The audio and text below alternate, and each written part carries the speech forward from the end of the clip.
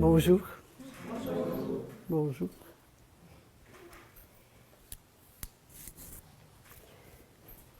Est-ce qu'il y en a qui croient encore que le sida est contagieux? Y en a-t-il qui croient encore que le sida est dû au rétrovirus HIV? Vous êtes mieux de ne pas répondre. C'est la plus grande imposture du siècle. En termes de crimes contre l'humanité, ça vient en deuxième après les vaccins. Alors, je résume et je dis clairement. 1. Le sida n'est pas une maladie, c'est un ensemble, c'est un syndrome. Donc, un ensemble de signes et de symptômes communs à plusieurs maladies. SIDA veut dire syndrome d'immunodéficience acquise. Donc, un syndrome, je viens de vous dire ce que c'est, des signes et des symptômes communs à plusieurs maladies. Qu'est-ce qu'elles ont de commun, ces maladies? Elles ont une immunité, une déficience immunitaire acquise. Ça veut dire que ce n'est pas congénital, qu'on n'est pas venu au monde avec. Donc, plusieurs maladies peuvent se manifester lorsque le système immunitaire, le système de défense est déficient. C'est pour ça qu'on peut voir aussi bien une tuberculose, par exemple. Une tuberculose, si le patient, on fait un test au patient et que le test s'avère positif, on dit qu'il a le sida. Mais si le test est négatif, on dit que c'est une tuberculose. Une tuberculose, c'est une tuberculose. Alors, c'est un mensonge énorme. Le VIH n'a rien à voir, et ça a été dit clairement par le professeur qui était là. Le VIH n'a jamais été isolé et démontré dans le sang de personnes qui ont un test qu'on dit positif. Donc, le VIH n'est pas la cause du sida. Donc, vous ne pouvez pas attraper le VIH, donc ce n'est pas contagieux. Voyez-vous l'ampleur, l'énormité du mensonge? On dit aux gens que s'ils sont séropositifs. Alors, qu'est-ce que c'est séropositif? On l'a dit aussi à la vidéo. C'est qu'ils ont des anticorps anti-VIH. Ben oui, mais ça veut dire qu'ils sont bien portants, justement, qu'ils ont des anticorps. Ça ne veut pas dire qu'ils sont malades. Mais la propagande, la publicité, puis il y a une chose qui est contagieuse, c'est la contagion médiatique. On fait croire aux gens des choses, l'argent contrôle complètement les médias et font passer ce qu'ils veulent. Et donc, on a fait croire aux gens, c'est un mythe, que séropositif égale mort, tu vas mourir, et les gens meurent en dedans de 2 ans. Pourquoi meurent-ils? Ben, parce qu'ils pensent, on leur dit, vous allez mourir. C'est mortel. Si vous avez cette séropositif, c'est sûr que vous avez le sida, puis si vous avez le sida, c'est sûr que vous allez mourir. Et donc, quand je pense que je vais mourir, je meurs. Je le fais arriver. Vous savez, quand on a peur de quelque chose, on le fait arriver.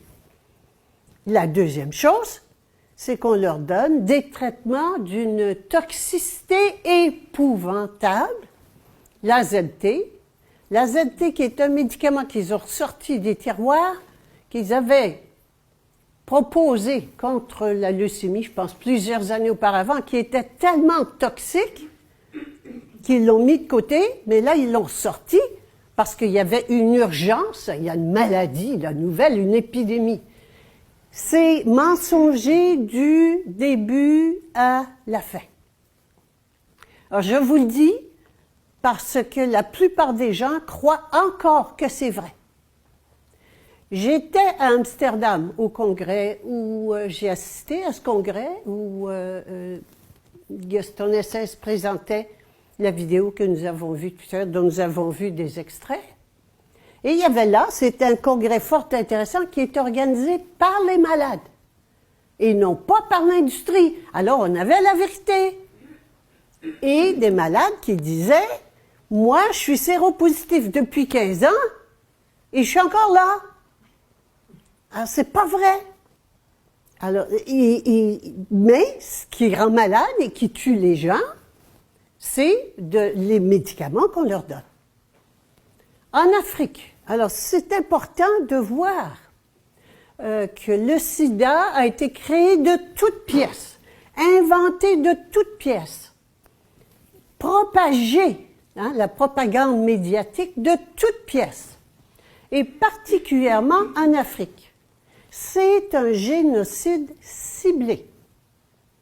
L'Afrique se meurt de sida, encore. Il y a des pays où ça meurt comme des mouches parce qu'ils ont peur, et on leur fait des tests qui sont faux, ils sont complètement faux. Les tests sont faux. Il suffit en Afrique, par exemple, ils appellent ça le test Bangui ou un truc comme ça, que vous ayez 3 symptômes qui sont courants à toutes leurs maladies endémiques qu'ils ont. Ça suffit pour dire qu'il est séropositif et qu'il y a le sida. Mais c'est énorme. C'est absolument énorme. Alors, je voulais vous signaler cette énormité. Et quand Gaston Essens a proposé, a présenté, fait sa présentation à Amsterdam au congrès du sida, il a démontré, et c'est important, par sa théorie somatidienne, il a démontré clairement que c'était de quoi avait l'air qu'on pouvait voir dans le sang des micro-organismes. Vous savez, quand ça part, puis ça fait pas seulement les 3 premiers, mais qu'ensuite on voit toutes les autres formes bactériennes et autres, des levures et d'autres formes, c'est que la somatide dans le sang, qui n'a jamais été vue par un médecin, il n'y a jamais un médecin qui a vu une chose pareille. Mais il y en a d'autres, et vous avez vu l'énumération ensuite. Mais, non, c'est des artefacts, c'est pas vrai, ça n'existe pas. Et ça fait depuis 1850, dans les 50 à peu près, que Béchamp avait vu déjà cela, qui est un contemporain de Pasteur. On revient à notre ami Pasteur.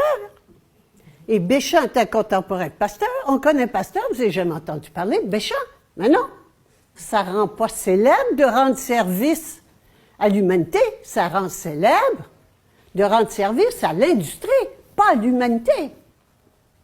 Alors, c'est important. Gaston Essens, donc, que je connais, qui habite à une demi-heure d'ici, qui est un homme remarquable.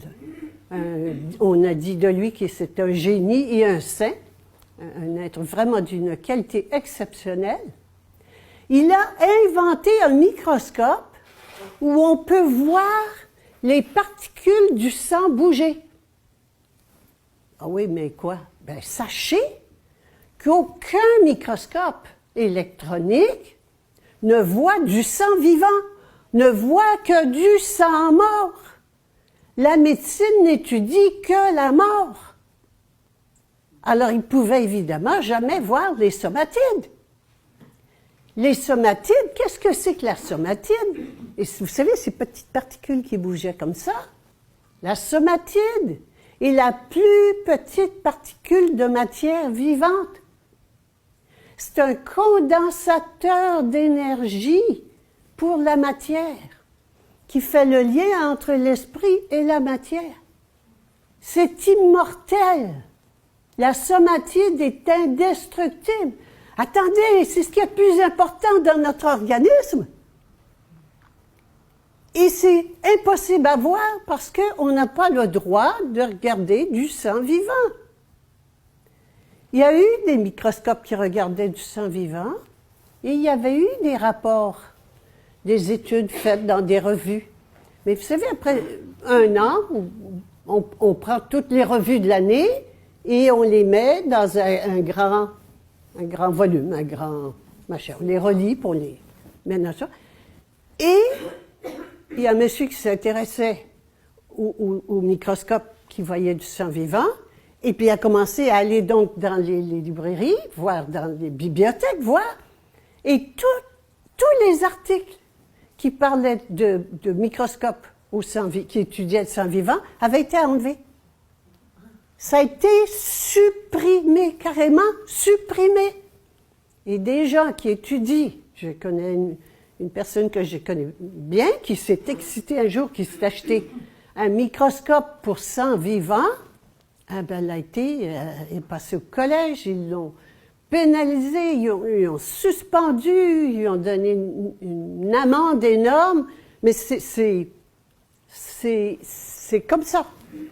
Alors, c'est important que vous sachiez d'abord que le sida, il n'y a rien de vrai dans ce que vous avez appris du sida. Vous pouvez dormir sur vos deux oreilles. Surtout, ne jamais aller passer un test de sida. Jamais. Allez jamais passer un test pour savoir si vous êtes séropositif ou séronégatif. C'est pas vrai. Et il y a plein de faux séropositifs. Si vous avez eu, par exemple, un vaccin, vous allez avoir un test fort probablement séropositif. Si vous avez telle autre maladie ou vous l'avez eu, votre test va sortir séropositif, mais vous ne savez rien dire. C'est pas le sida. Donc, je voulais attirer votre attention là-dessus. Plus que ça,